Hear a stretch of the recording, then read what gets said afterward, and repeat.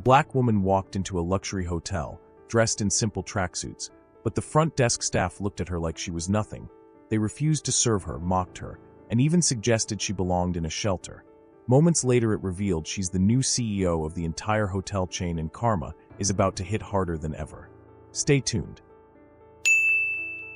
Dressed in a black Adidas tracksuit with white stripes running down the sleeves and pant legs, she walked with the kind of confidence that turned heads. Her name was Renee Dawson. She was a self-made millionaire, the CEO of Dawson Holdings, and an undisputed force in real estate. But at this moment, none of that mattered.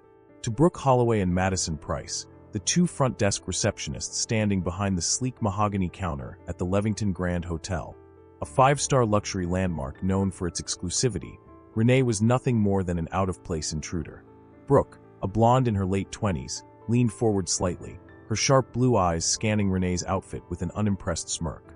Madison, a brunette with a permanent air of superiority, crossed her arms and tilted her head. "Can we help you?" Brooke asked, voice laced with irritation. Renee smiled politely. "I have a reservation under the name Dawson." The moment she spoke, both women exchanged glances. Brooke's brows furrowed in disbelief. Madison scoffed under her breath. "This is the Levington Grand," Brooke said, slowly emphasizing each word as if speaking to a child. "Are you sure you're in the right place?" Renee's smile didn't falter. "Yes, I booked the penthouse suite." The air changed. Madison's lips curled into something between a sneer and a smirk. "Ma'am," she said, voice dipping with condescension, "this is a luxury hotel. We don't cater to walk-ins." Renee arched an eyebrow. "And what makes you think I'm a walk-in?" Brooke sighed dramatically and reached for a reservation list. She skimmed through it for show, knowing she wasn't going to find Renee's name. After a moment, she placed the clipboard down and gave a fake apologetic shrug. "I'm sorry, but I don't see any Dawson in our system." Renee pulled out her phone, opened the confirmation email, and slid it across the desk.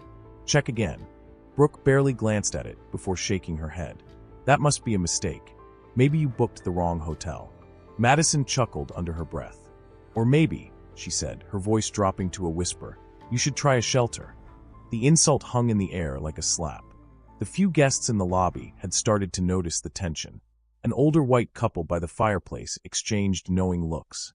A young businessman in a tailored suit watched with interest from the bar.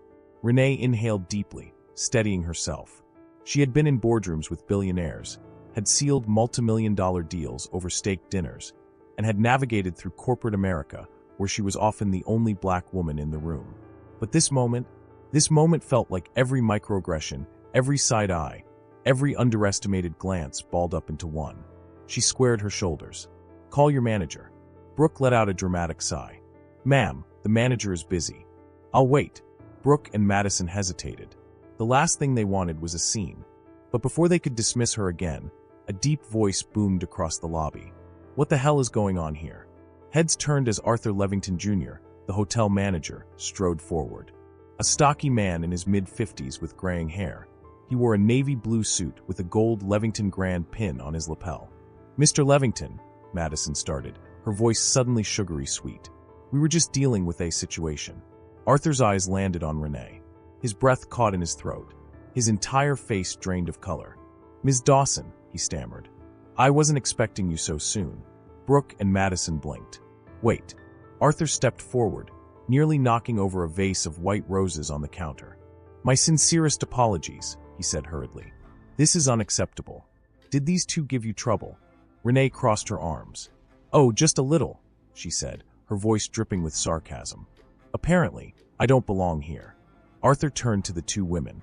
"You idiots do realize who this is, right?" Silence. Arthur didn't wait for an answer. "Ms. Dawson isn't just a guest. She's the new owner of the entire Levington hotel chain." The room went deathly quiet. Brooke and Madison's faces turned ghost white. Their mouths hung open, but no words came out. The older couple near the fireplace gasped. The businessman at the bar set down his drink, his eyebrows raised in astonishment. Renee held their stunned gazes for a moment before turning to Arthur. "So tell me," she said, tilting her head, "is this the kind of service my hotels provide?" Arthur gulped. "Absolutely not." He turned back to Brooke and Madison. "You two are fired, effective immediately." "Wait, what?" Brooke gasped, panic flashing in her eyes. "Mr. Levington, please," Madison pleaded. "We didn't know that she was rich." Renee cut in smoothly. "Or that she was black." Neither woman answered. Arthur's face twisted in disgust.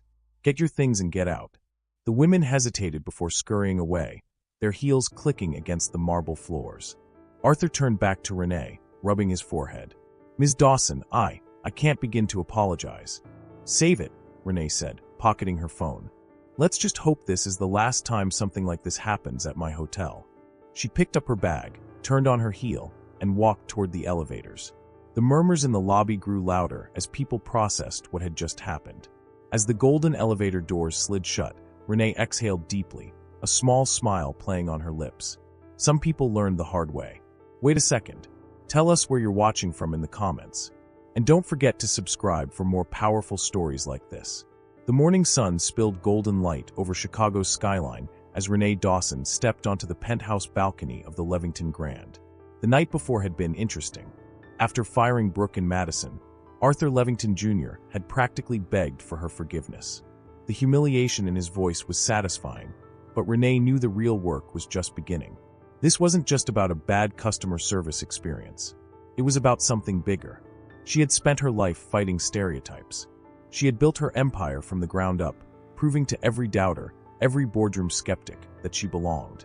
But even now, in her own hotel, she had been treated like she was nothing. And that had to change. By noon, Renee sat in the hotel's executive conference room, a sleek space with glass walls overlooking the city.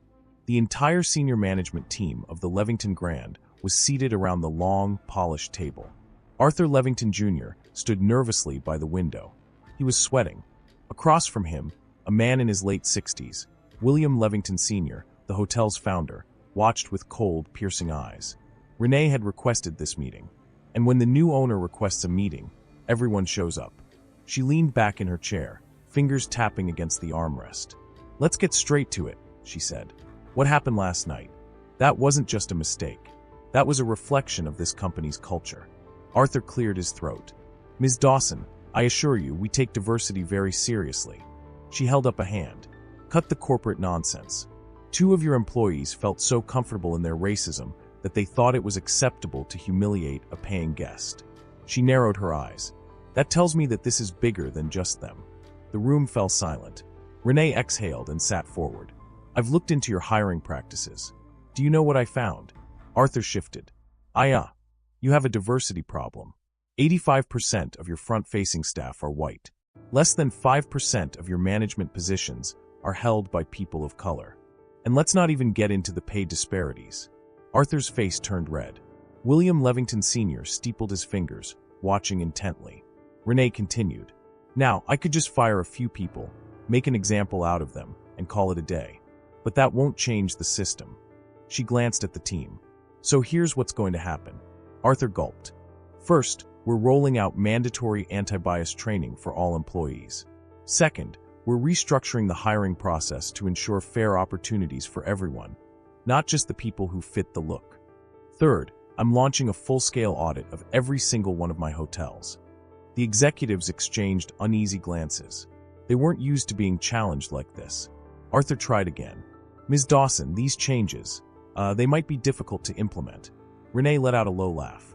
"Arthur, I don't care how difficult it is. I own this company now. Either you adapt, or I'll find someone who will." Silence. Then, William Levington Sr. spoke for the first time. "I like her." His voice was deep, measured. "She's got backbone." Arthur blinked. "Sir." William leaned forward, locking eyes with Renee. "The hotel industry is changing. If we don't change with it, we die." He smirked. "I think Ms. Dawson just saved this company from itself." Arthur looked like he had swallowed a lemon. Renee smiled. "Glad to hear we're on the same page." She stood. "I expect my directives to be implemented immediately." She turned to Arthur. "And as for you, consider this your final warning. If I ever hear about another incident like last night, you won't just be apologizing. You'll be unemployed." Arthur nodded stiffly. Renee picked up her bag and headed for the door. But before stepping out, she paused. "Oh, and one last thing," she said, glancing over her shoulder. "Send a letter to Brooke and Madison. Let them know exactly who they disrespected." Arthur nodded again, his lips pressed into a thin line. Renee smiled. "Good. Have a great day, gentlemen." Then she walked out, head high, shoulders squared, owning the damn room. The news spread like wildfire. A black woman had bought the Levington hotel chain, and on her first night in charge, she had walked into one of her own hotels and been treated like an outsider. Social media exploded. Hashtags like #TracksuitMillionaire and #DawsonEffect trended overnight. News outlets picked up the story, turning Renee into an icon of resilience. As for Brooke and Madison, they became infamous. Someone had leaked the security footage of their smug faces, dismissing Renee. The internet ate them alive. By the end of the week, the Levington Grand had a new training program in place, and Renee had scheduled meetings with civil rights organizations to push for systemic change in the industry. She hadn't just won the battle, she was winning the war. And next time she walked into her hotel, she wouldn't need to prove a damn thing. If you love this story, hit that subscribe button. More powerful stories coming your way. Don't miss out.